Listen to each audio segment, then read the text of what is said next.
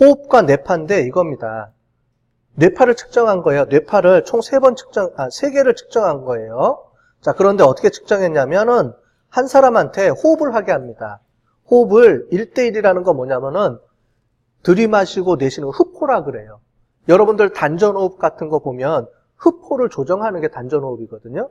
그러면 뭐가 바뀌냐면은 심장 박동수랑 뇌파가 바뀌면서 이게 안정적으로 바뀌는 거예요. 근데 한의학에서 얘기하는 그게 맞는지를 실제로 제가 한의사분하고 연구한 거예요.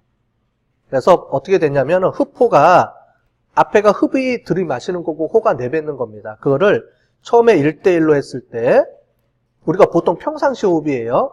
우리가 호흡을 평상시로 하면은 한 3초에서 4초가 정상이라 그럽니다. 여러분들이 모르지만은 여러분들이 그냥 가만히 앉아서 들이고 마시고 하는 그 시간을 재보면 3초에서 4초 사이가 돼요. 대부분이. 근데 그거를 7대3, 3대7로 바꾼 거예요. 그럼 어떻게 바꾸냐면 한 사람한테 자 이제 20명, 50명 정도를 모아놨을 거예요. 아마 그때. 모아놓고 자 3초 제가 숨 내쉬는 대로 쉬세요 하고 어떻게 하냐면 자 들이마시고요. 내쉬고요. 들이마시고요. 내쉬고 이렇게 해서 거기 나오는 뇌파를 잰 거예요. 근데 뇌파를 하나만 재는 게 아니고 머리가 크잖아요. 그래서 보통 머리를 8군데를 꽂는 건데 우리 여기 보면은 여기는 그냥 3개만 제가 뽑아온 거예요. 원래는 8개 뭐 이렇게 돼요.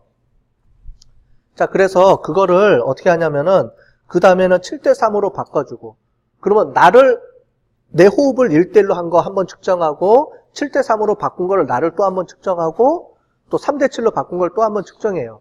자, 나를 총 3번 측정했어요. 그러니까 뭐가 되죠? 반복 측정 분산 분석이 되는 겁니다. 맞죠? 그런 개념으로 하는 거예요.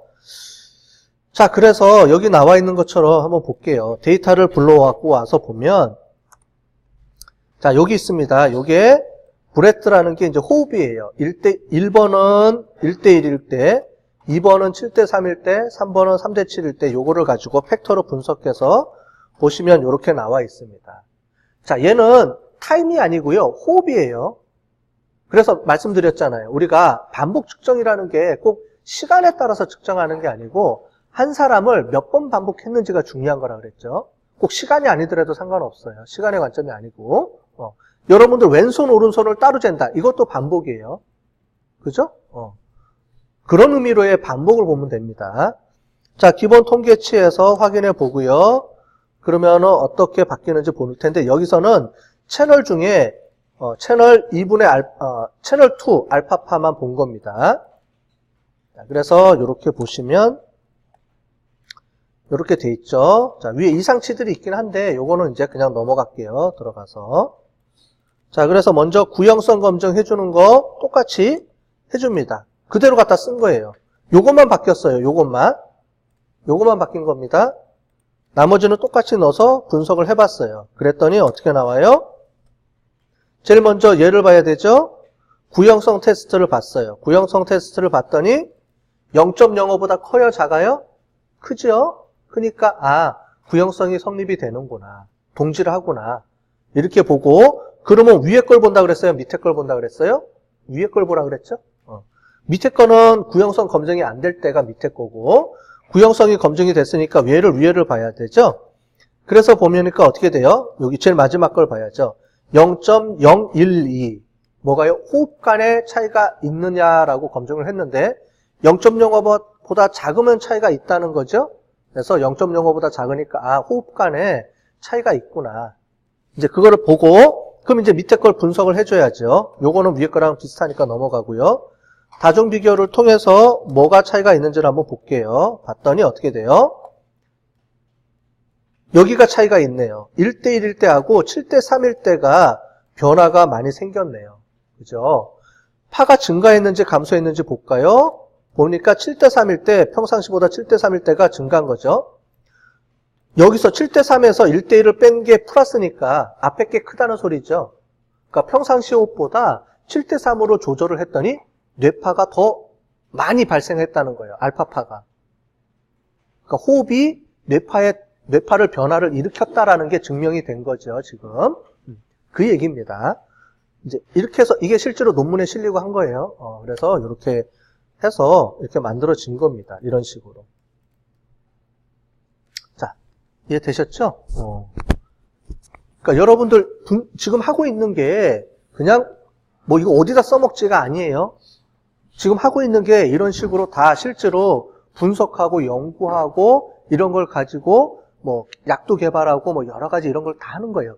기업에 들어가면 이런 분석을 통해서 여러 가지 정책 보고서도 만들어내고 하는 거예요. 실제로 다 쓰는 거예요. 여러분들이 이제 기업에 들어가면은 이런 걸 다 해야 되기 때문에 보시는 것처럼 이게 아무나 못 하겠죠? 일반인들이 이거 하겠어요? 못 하겠어요? 못 하잖아요. 그래서 여러분들이 필요한 거라니까요. 우리가 이걸 배워갖고 나가면 이게 여러분들이 다른 사람보다 경쟁력이 있는 도구라니까요. 이렇게 분석하는 게 쉽게 사람들이 분석할 수가 없어요. 근데 기업에 들어가면 분석해야 될 내용들이 많잖아요. 데이터들을 분석해야지 정책 보고서를 써야 되니까. 그죠? 그래서 여러분들이 경영학을 하려고 그러면 이런 분석 기법들을 많이 알아야 나중에 대접받습니다. 이해되셨죠? 왜냐면 우리는 이 중에서 특정하게 몇 개의 문제만 풀어가는데 나중에 이제 여러분들이 아시다시피 이제 내일 배우는 데이터 마이닝 기법은 이런 분석 기법 말고 다른 목적으로 또 배우잖아요. 그죠? 그러니까 뭐냐면 우리가 접하게 되는 회사에 들어가면 다양한 문제들이 존재하거든요. 그러면은 그럴 때마다 분석 기법을 틀리게 해서 분석을 해줘야 돼요. 그러니까 그런 거를 우리가 얼마나 많이 알고 있느냐 없느냐의 부분이에요. 그러니까 우리가 지금 배우는 거는 통계 분석, 차이 검증하고 요 정도 배우는 거고 이제 데이터 마이닝 쪽에 들어가면 이제 그룹으로 나누는 거라든가 분류하는 거라든가 예측하는 거라든가 이런 걸 배우는 거고 그 다음에 딥러닝 들어가면은 이제 사람들이 안 가르쳐줘도 컴퓨터가 스스로 판단할 수 있는 인지 기능, 그래픽 인지, 사진을 보고 이게 사람인지 동물인지 맞추는 그런 정도까지 나가는 이런 기법들이 이제 존재한다는 거죠. 문제 해결을 위해서. 여러분들 이제 그런 거를 계속 이제 학교 다니는 동안에 습득한 다음에 나중에 회사 들어갈 때 이런 걸 다 활용해서 쓰려고 이런 걸 배우는 거예요. 실제로 이게 다 의미가 있는 겁니다.